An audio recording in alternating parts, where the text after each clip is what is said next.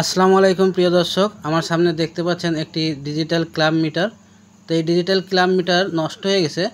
এখানে এই যে মডেল নাম্বারটা দেখতে পাচ্ছেন, এই মডেল নাম্বারের এই ক্লাব মিটারগুলোর একটি কমন প্রবলেম। এই যে দেখেন, এই যে অন অফ বাটন আছে, এই অন অফ বাটন কি আমি ঘোরানোর চেষ্টা করছি কিন্তু ঘুরতেছে না। এটি না ঘুরলে ডিসপ্লেতে কিছুই দেখা যাবে না, অন হবে না। তো এই ধরনের প্রবলেম হলে কীভাবে রিপেয়ার করবেন আমি দেখিয়ে দেবো এই ভিডিওতে। এখনও যারা আমাদের চ্যানেলটি সাবস্ক্রাইব করেননি, চ্যানেলটি সাবস্ক্রাইব করে বেল আইকনটি অন করে দিন এরকম শিক্ষণীয় ভিডিও সবার আগে পাওয়ার জন্য। আর যারা আগে থেকে সাবস্ক্রাইব করে রেখেছেন তাদেরকে অসংখ্য ধন্যবাদ। তো এই মিটারের ব্যাটারি থাকে, এখানে 9 ভোল্টের ব্যাটারি লাগানো থাকে। এই ব্যাটারিটি অবশ্যই খুলে নিতে হবে। তাই আমি ব্যাটারিটি খুলে নিচ্ছি। এখানে 3টি স্ক্রু হয়ে থাকে, এই 3টি স্ক্রু খুলতে হবে আপনাদের। আমাদের চ্যানেলে ভিডিও বানানো হয় শুধু নতুন টেকনিশিয়ানদের জন্য, যারা নতুন কাজ করতেছেন বা নতুন করে কাজ শিখতে চাচ্ছেন তাদের জন্য।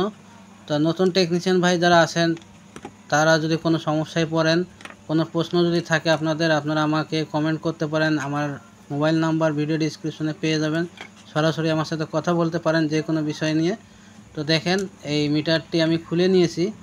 এই মিটারে যে মাদারবোর্ডটি লাগানো আছে সার্কিটের, এখানে যে স্ক্রুপগুলো দেখতে পাচ্ছেন, অবশ্যই এই স্ক্রুপগুলো খুলে নিতে হবে। তারপরে এই সার্কিটটা বের করার চেষ্টা করবেন। তো দেখেন, এখানে একটি বার্জার দেখা যাচ্ছে যেটা কিক কিক করে আওয়াজ হয়। তো আমি প্রথমে এই ব্যাটারি কানেকশানটি বের করে এই উপরে যে কভারটি ছিল আলাদা করে দিয়েছি, এবং এখানে যে ক্লাম আছে, এই ক্লামের ভিতরে একটি সেন্সার লাগানো থাকে যেটা ইলেকট্রিসিটিকে কন্ট্রোল করে, অ্যাম্পিয়ার কন্ট্রোল করে ডিসপ্লেতে শো করে যে কত অ্যাম্পিয়ার লোড নিচ্ছে। এই যে এই স্প্রিংটা দেখতে পাচ্ছেন, এই স্প্রিংটা আবার উল্টো লাগাই দিবেন না। যে কোনো কাজ করার সময় খেয়াল করে করবেন। তো মাদারবোর্ডে স্ক্রু থেকে যাওয়ার কারণে মাদারবোর্ডটি কিন্তু বেরোচ্ছে না। তা আপনারা অবশ্যই সব কিছু খেয়াল করে কাজ করবেন। এবং এই যে উপরে যে নবটি আছে, এই নবটি কিন্তু এইভাবে টান দিয়ে অনেকে খোলার চেষ্টা করেন, কিন্তু এইভাবে টান দিয়ে খুলবেন না। আমি শুধু আপনাদের দেখানোর জন্য খুললাম।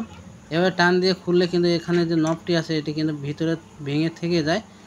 তো এখানে আরও 2টা স্প্রিং থাকে এবং 2টা বল থাকে। এই যে এই 2 জায়গায় বল লাগানো থাকে স্প্রিংয়ের সাথে।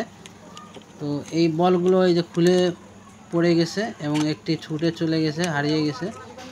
তো আপনারা এটা খোলার জন্য একটু সাবধানতা অবলম্বন করবেন, কারণ এই বলটি এত ছোট এবং এর স্প্রিংটা এত ছোট যে এটি হারিয়ে গেলে পাওয়া যাবে না। এবং এটি না হলে আবার এই অন অফ নবটি ঠিকমতো কাজ করবে না। এখন দেখেন, আমি মাদারবোর্ডের যতগুলো স্ক্রুপ আছে সব স্ক্রুপ খুলে তারপর এই বোর্ডটি বের করে নিচ্ছি। দেখতে পাচ্ছেন এখানে বোর্ডটি বেরিয়ে গেছে। তো এই মিটারে একটি প্রবলেম ছিল, এই মিটার ঠিকমতো রিডিং দেখাতো না। তো রিডিং না দেখানোর কারণ আছে, দেখেন এখানে যে কানেকশানের টাইমিং আছে, এই যে আমার হাতে দেখতে পাচ্ছেন টাইমিং কানেকশান। তো এই টাইমিং কানেকশানের উপরেও কিন্তু অনেকখানি ময়লা এবং ছেদলা পড়ে গেছে। এবং এখানে আমি পরিষ্কার করব প্রিন্ট। দেখেন, আমি কিন্তু এখানে একটু এনসি থিনার দিয়ে পরিষ্কার করে নিচ্ছি। এরকম আপনারা ক্লিং দিয়ে বা থিনার দিয়ে পরিষ্কার করে নেবেন। এখন দেখেন কত সুন্দর পরিষ্কার দেখা যাচ্ছে। তারপরে এরকম টিস্যু দিয়ে মুছে দিতে হবে। তো আমি টিস্যু দিয়ে মুছে নিচ্ছি। দেখেন এই যে ময়লাগুলো সব উঠে যাচ্ছে। তো এই ক্লাব মিটারগুলো মারাত্মক কোনো ক্ষতি হয় না বা মারাত্মক কোনো কিছু নষ্ট হয় না। এই যে ডিসপ্লে দেখতেছেন, এই ডিসপ্লে কিন্তু কভারের সাথে লাগানো, এবং ডিসপ্লের যে কানেকশানটি আছে এখানে কিন্তু কোনো তার ব্যবহার করে না এই কোম্পানি। কার্বনের সাহায্যে কিন্তু এই ডিসপ্লের যে কানেকশানটি থাকে, এই কানেকশানটি হয়ে যায় অলরেডি। মাদারবোর্ডটি যখন আপনি টাইট দিবেন স্ক্রু, তখন এখানে এই যে আমি যেখানে ঘষে পরিষ্কার করতেছি এখানে কিন্তু কানেকশানটি থাকে ডিসপ্লের। তো এটি একটি ভালো সিস্টেম, ডিসপ্লের সাথে কোনো তারের কানেকশান নাই। তো এই যে দেখতে পাচ্ছেন এখানে যে কন্ট্যাক্ট পিন, এই কন্ট্যাক্ট পিনে যে ময়লাগুলো ছিল এগুলো আমি পরিষ্কার করে নিয়েছি। এবং এখানেও এই নবটি লাগানোর আগে অবশ্যই এখানে একটু তেল দিয়ে দিবেন, হালকা মোবিল তেল দিয়ে মুছে দিবেন। এবং এই যে নবটি আছে কানেকশান নব, তো এই কানেকশান নবের যে একটি ঘাট আছে, এই ঘাটটি দেখে এভাবে সোজা করে লাগিয়ে দিবেন। এটি যদি ঘুরে যায় কোনো রকম তাহলে কিন্তু উল্টোপাল্টা কানেকশান হবে এবং উল্টোপাল্টা কাজ করবে। তো এটা খেয়াল রাখবেন। এবং এই যে ছোট বল দেখতে পাচ্ছেন, মানে এই বলটি যেন হারিয়ে না যায় সেদিকেও খেয়াল রাখতে হবে। এবং এটি লাগানোর আগে স্প্রিংটি দিয়ে এই স্প্রিংয়ের উপরে এইভাবে বল লাগিয়ে তারপরে সেট করে নেবেন। তো তো আমি এখানে একটু মোবিল লাগিয়ে দিচ্ছি, দেখতে পাচ্ছেন এখানে একটু মোবিল দিয়ে দিচ্ছি যেন এই নবটি ক্লিয়ারভাবে ইজিভাবে যেন ঘোরানো যায়, অন অফ করা যায়। আগে অনেক জাম হয়েছিল, তো এই জাম হওয়ার কারণ আছে এর ভিতরে যে একটি স্প্রিং থাকে সেই স্প্রিংটি নষ্ট হয়ে গেছিলো এবং এক সাইড বাঁকা হয়ে যাওয়ার কারণে জাম হয়ে গেছিলো আর ঠিকমতো রিডিং দেখাতো না। তার কারণ ছিল ওই সার্কিটে ছেদলা পড়ে গিয়েছিল এবং কার্বন জমে গেছিলো। তা আমি এগুলো সব কিছু ক্লিন করে পরিষ্কার করে সার্ভিসিং করে দিচ্ছি। আশা করা যায় ইনশাল্লাহ মিটারটি ওকে হয়ে যাবে। তো আমাদের চ্যানেলে সবসময় শিক্ষণীয় ভিডিওই দেওয়া হয় শুধু নতুন টেকনিশিয়ানদের জন্য।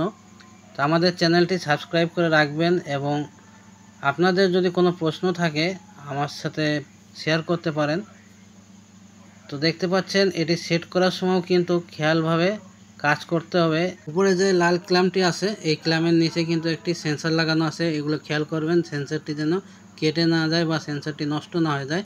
এখন আমি এখানে ক্ল্যাম্পটি সেট করে দেব।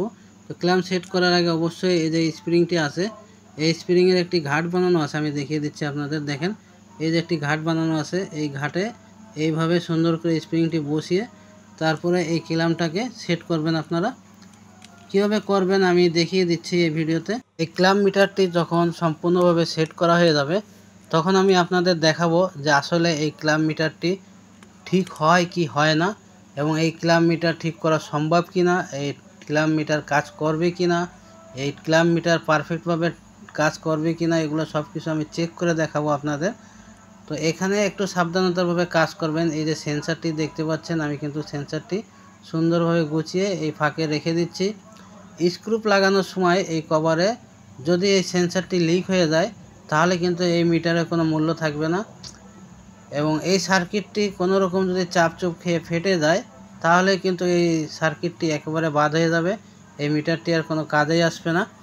তো এই সমস্ত ক্ল্যাম্প মিটারগুলো খুবই ভালো, এই কোম্পানি কিন্তু সেইভাবেই তৈরি করে, রাব ইউজ করা যায়। এই ক্ল্যাম্প মিটার খুব ভালো মানের একটি ক্ল্যাম্প মিটার, তো দামও কম এবং ক্ল্যাম্প মিটারের কাজটাও অনেক ভালো।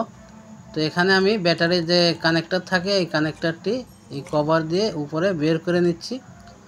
তো এটি সেট করা খুব সহজ, যদি আপনারা একটু ধৈর্য সহকারে কাজ করতে চান তো এই সমস্ত ক্ল্যাম্প মিটারগুলো আপনারা সার্ভিসিং করতে পারেন।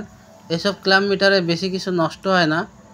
তো মাদারবোর্ডে একটু ময়লা ছলা পড়ে গেলে কন্ট্যাক্ট পিনে যদি ময়লা পড়ে যায় ছেদলা পড়ে যায় তখন কাজ করা বন্ধ করে দেয় এবং এতে কোনো ঝামেলার কোনো কাজ নাই। এই ডিজিটাল মিটার যদি কাজ না করে সেক্ষেত্রে আপনারা আগে ব্যাটারিটা চেক করবেন। এখানে যে 9 ভোল্টের ব্যাটারি লাগানো থাকে অনেক সময় দেখা যাচ্ছে এই ব্যাটারিটায় চার্জ থাকে না, আর ব্যাটারিতে যদি চার্জ না থাকে তাহলে কিন্তু মিটার অন হবে না, সেজন্য আগে ব্যাটারি চেক করে নেবেন। তো আমি অল্প কিছুদিন আগে এই ব্যাটারিটি লাগিয়েছিলাম, এজন্য আমি জানি যে ব্যাটারিটি ভালো আছে এবং আমার যেই মিটারের যে নবটি ছিল অন অফ নব এটি অনেক শক্ত ছিল, অনেক জাম হয়ে গেছিলো, সেজন্য আমি মিটারটি খুলেছি। তবে আপনারা যদি মিটার সার্ভিসিং করেন সবার আগে ব্যাটারিটা চেক করে নেবেন, অনেক সময় দেখা যায় ব্যাটারি নষ্ট হয়ে যায়। তো ব্যাটারিটা আপনারা চেক করার পরে তারপরে মিটারটি খুলবেন। মিটারটি কমপ্লিট হয়ে গেছে আশা করা যায়।